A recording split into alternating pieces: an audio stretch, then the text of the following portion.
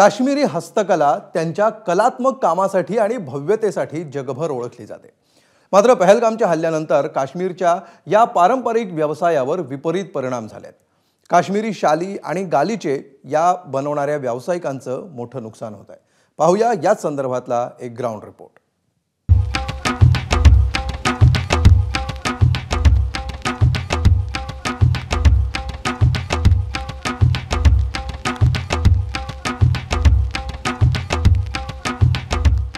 काश्मीरमध्ये फिरण्यासाठी जाणारे पर्यटक तिथल्या शाली आणि गालिचांकडे आपोआप आकर्षित होतात।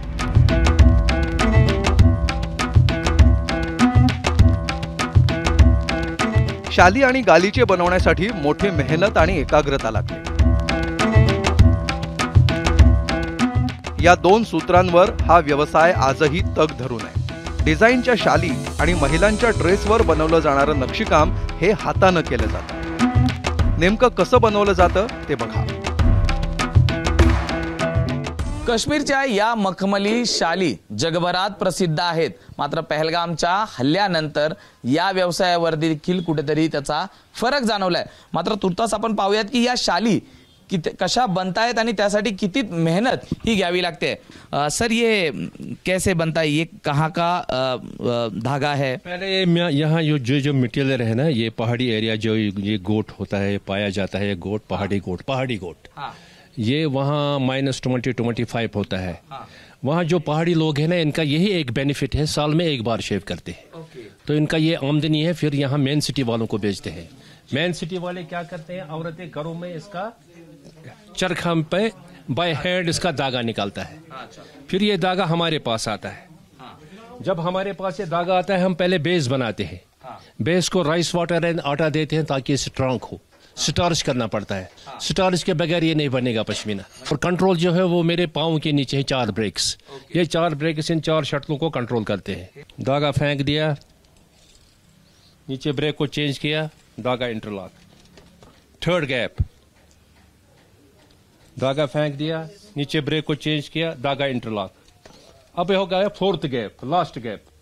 धागा फेंक दिया, नीचे ब्रेक को चेंज किया और धागा हो गया इंटरलॉक। ऐसा करते करते ये धागा उधर, वो धागा उधर, कपड़ा बनता है। तो शॉल बनाने के लिए कितना टाइम जाता है आपका? 10-12 दिन प्लेन। मगर उसके बाद इस पर डिजाइन होगा, डिजाइन के ऊपर होगा एम्ब्रॉयडरी। एम्ब्रॉयडरी में टाइम लगता है। किसी में 3 महीने, जैसे छपाई हो ऐसा उसको काम करना है। 3 महीने, 6 महीने, साल भी लग सकता है।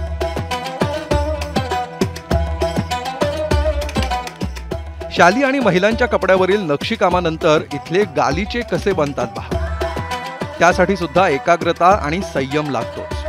अचूक आणि सावधगिरीनं हे गालिचे बनवतात। त्यासाठी अनुभव खूप महत्त्वाचा मानला जातो। एक गालिचा बनवायला किमान 6 ते 7 महिन्यांचा कालावधी लागतो।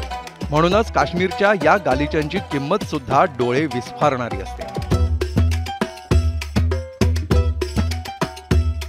आजचे तरुण नक्कीच असं काम करू शकतात का? इथे 65 वर्षाचे अनुभवी आर्टिस्ट आहेत जे हे काम करत आहेत। सर जी क्या कहेंगे, अभी के नौजवानों को ये काम आएगा या कैसे?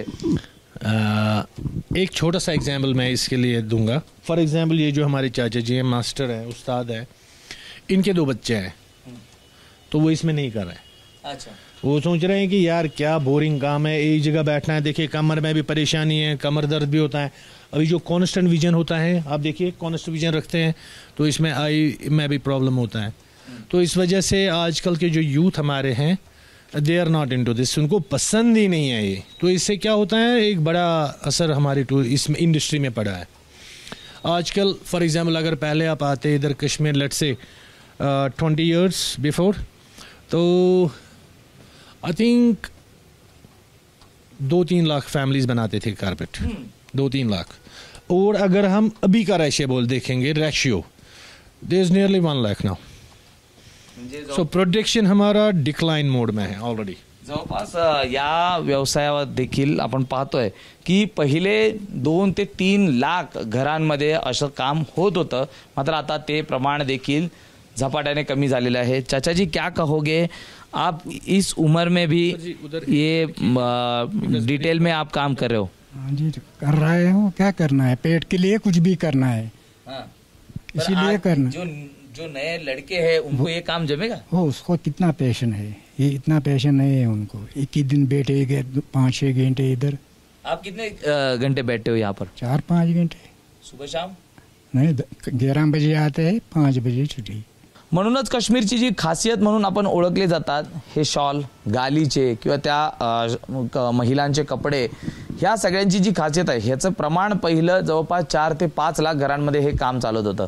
मात्र आता तो व्यवसाय कुठेतरी कमी झालेला आहे, निम्म्याहून अधिक संख्या त्यावरती आलेली आहे. त्यामुळे भविष्याची चिंता ही देखील इथले काश्मीरी व्यक्त करतायत आणि त्यातच आता पहलगामच्या हल्ल्यानंतर या व्यवसायावरती आलेला जो परिणाम आहे हा देखील तितकाच परिणामकारक ठरत आहे.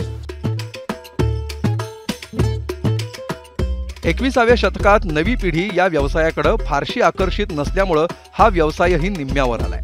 एकेकाळी 3 ते 5 लाख लोक या हँडलूमच्या व्यवसायात होते, पण आता निम्मे सुद्धा उरले नाही. पण गेल्या 4-5 वर्षांपासून पर्यटकांचा ओघ वाढल्यामुळे या व्यवसायाला बरकत आल्यासारखं वाटत होतं. अशातच पहलगाममध्ये दहशतवादी हल्ला झाला आणि या हँडलूम उद्योगावरही शोककळा आली. किमान 1 ते 1.5 कोटींचा हा उद्योग भविष्य हरवून बसलाय. सूरज सावंत, एबीपी माझा, काश्मीर. एबीपी माझा, उघडा डोळे बघा नीट.